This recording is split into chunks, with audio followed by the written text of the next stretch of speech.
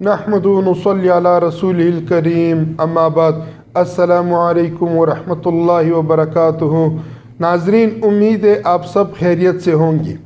ناظرین، آج کے درس نمبر 11 میں ہم آپ علیہ السلام کی ولادت سے پہلے عالمی حالات کے بارے میں تذکرہ کریں گے۔ عرب کے باہر کی دنیا کی حالت بھی کچھ اچھی نہ تھی۔ روم و فارس جو اس زمانے کی بڑی طاقتیں تھیں۔ فارس کی سلطنت عراق سے لے کر ہندوستان تک پھیلی ہوئی تھی، جبکہ یورپ، ایشیا اور افریقہ تینوں براعظموں پر رومیوں کا غلبہ تھا۔ ان دونوں سلطنتوں میں برابر جنگیں ہوا کرتی تھیں، جن سے ان کی وسائل برباد ہوتے رہتے تھے اور دنیا کا امن اور چین تباہ ہو چکا تھا۔ ناظرین، عالمی مذہبی حالات، روحانی اور اخلاقی طور پر دنیا سچ مچ ایک ظلمت کدہ تھی۔ یورپ پر قرون وسطیٰ کا اندھیرا چھایا ہوا تھا۔ 184 ہجری سے لے کر 968 ہجری تک، یعنی 800 عیسوی سے 1521 عیسوی تک کا زمانہ قرون وسطیٰ کا زمانہ کہلاتا ہے۔ اس زمانے کی خصوصیت وہ خانہ جنگی ہیں جو پوپ اور شہنشاہ وقت کے درمیان عرصہ دراز تک جاری رہی۔ اس زمانے میں عیسائیت میں پھوٹ پڑ گئی اور کیتھولک سے آرتھوڈوکس کے نام ایک الگ فرقہ معبودیت آیا۔ اس زمانے میں صلیبی جنگیں ہوئی، جنہیں عیسائی مورخین کروسیڈ کے نام سے یاد کرتے ہیں۔ ناظرین، 7 کروسیڈ لڑی گئی، جن میں آخر کار سلطان صلاح الدین ایوبی نے ان کو بری طرح شکست دی۔ ایران پر مزدقیت، یہ منسوب ہے مزدق نامی شخص کی طرف، جو ایران میں اشتراکی نظام معیشت کے بانی تھا اور ہندوستان پراتک عہد کی تاریکی میں بھٹک رہا تھا۔ ناظرین، یہودی صحیفہ ربانی یعنی توریت سے محروم ہو گئے۔ نسلی تعصب اور چند بیجا رسومات کو دین سمجھتے تھے۔ حلال و حرام اور جائز و ناجائز کا معیار ان کے راہبوں کا فتویٰ تھا، جو شرعی فتاویٰ کا کاروبار کرتے تھے۔ انبیاء علیہ السلام کی تکذیب، سود خوری، تجارت میں بے ایمانی اور عہد شکنی اور منافقت ان کے کردار کا حصہ بن گئی تھی۔ ناظرین، اگرچہ مسیحیت بت پرستی کا خاتمہ کرنے کے لیے آئی تھی، مگر خود اس کا شکار ہو چکی تھی۔ حضرت عیسیٰ علیہ السلام کے آسمان پر تشریف لے جانے کے بعد ان کے شاگردوں میں ایسے گہرے اختلافات پیدا ہوئے کہ انہوں نے مذہب کو کئی ٹکڑوں میں بانٹ ڈالا۔ پولس اور اس کے بعد اس کے شاگرد رشید پیٹرس نے حضرت عیسیٰ علیہ السلام کی تعلیمات میں رومیوں کی بت پرستی اور یونان کا فلسفیانہ رنگ بھر کر توحید کی جگہ عقیدہ تثلیث کو رائج کیا۔ جگہ جگہ مذہبی کونسلیں قائم کی اور روما، قسطنطنیہ، شام اور مصر کے اہل کلیسا ایک دوسرے پر گمراہ ہونے کی فتویٰ صادر کرنے لگے۔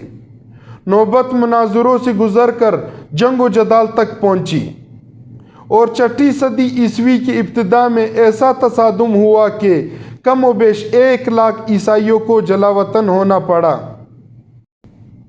ناظرین، اس وقت تیسرا بڑا مذہب مجوسیت، آتش پرستی تھا، جو ایرانیوں میں شروع سے رائج تھا اور ان کی طویل و عریض سلطنت قائم ہو جانے سے دور دور تک پھیل چکا تھا۔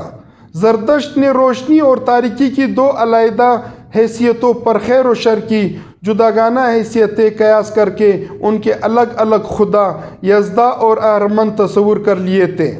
بعثت محمدی صلی اللہ علیہ وسلم سے کچھ عرصہ قبل مزدق، جو ایران میں اشتراکی نظام معیشت کا بانی تھا، زن، زر اور زمین کی مشترک ملکیت کا اعلان کیا اور عیش پرست عمرا اور عوام دونوں نے اس کی دعوت پر لبیک کہا۔ زر اور زمین کے معاملے میں تو اس کی زیادہ تعلیم مقبول نہ ہوئی، مگر ہوس رانی اور آوارگی کا بازار خوب گرم ہوا اور ظلم و استبداد کی کوئی بھی حد نہ رہی۔ ناظرین، ہندوستان کی حالت، اس وقت ہندوستان بھی بدترین دور سے گزر رہا تھا۔ اونچے نیچے، ذات کی تقسیم اور تفریق نے انسانیت کا حلیہ بگاڑ دیا تھا۔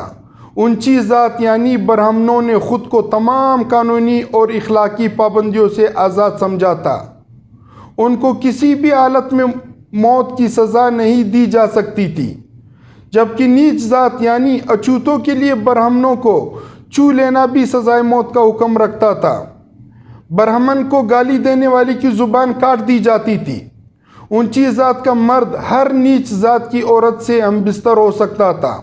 عمرہ کے یہاں ناچ گانے کی محفلیں آراستہ رہتی تھی اور شاہراہوں پر آوارہ مزاج لوگوں کے ہجوم لگے رہتے تھے۔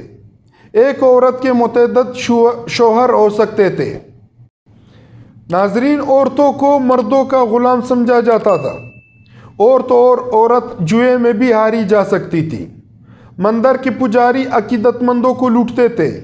جمادات اور نباتات کی پرستش ہوتی تھی۔ خبیث روحوں پر خدائی کا عقیدہ رکھا جاتا تھا اور خاص طور پر وباؤں کے زمانے میں انہی سے مدد مانگی جاتی تھی۔ ناظرین، خلاصہ کلام یہ ہے کہ دنیا بڑی تیزی سے خودکشی کے راستے پر اپنے آخری انجام کی جانب گامزن تھی۔ اصلاح کا درد رکھنے والے اول تو ختم ہو گئے تھے، اور جو کسی شکل میں موجود تھے انہوں نے مایوس ہو کر آلات کے سامنے ہتھیار ڈال دیے تھے، یا بھٹکی انسانیت سے دور نکل کر غاروں میں گوشہ نشینی کی راہ اپنا لی تھی۔ لیکن اس کائنات میں اللہ تعالیٰ کی یہ سنت چلی آ رہی ہے کہ وہ رات کے بطن سے دن اور تاریکی کے بطن سے نور پیدا فرماتے ہیں۔ چنانچہ ایسا ہی کچھ چھٹی صدی کے آخری تہائی میں ہوا، جب عرب قبیلے کے ہاشمی شاخ کے عبداللہ بن عبد المطلب کے گھرانے میں محمد عربی صلی اللہ علیہ وسلم کی صورت میں آفتاب رسالت طلوع ہوا، جس نے انسانیت کی تاریک رات کو روشن دن میں بدل دیا اور بھٹکی انسانیت کو صحیح منزل کی طرف گامزن کر دیا۔ انسانیت کی اس ہمدرد اور محسن پر اللہ تعالیٰ کی کروڑوں رحمتیں درود و سلام ہو۔ تو ناظرین، آج کا درس اختتام کو پہنچ چکا ہے۔ بہت ساری دعاؤں کے ساتھ اپنا بہت سارا خیال رکھیے۔ انشاءاللہ اگلی درس میں ملاقات ہوگی۔ والسلام۔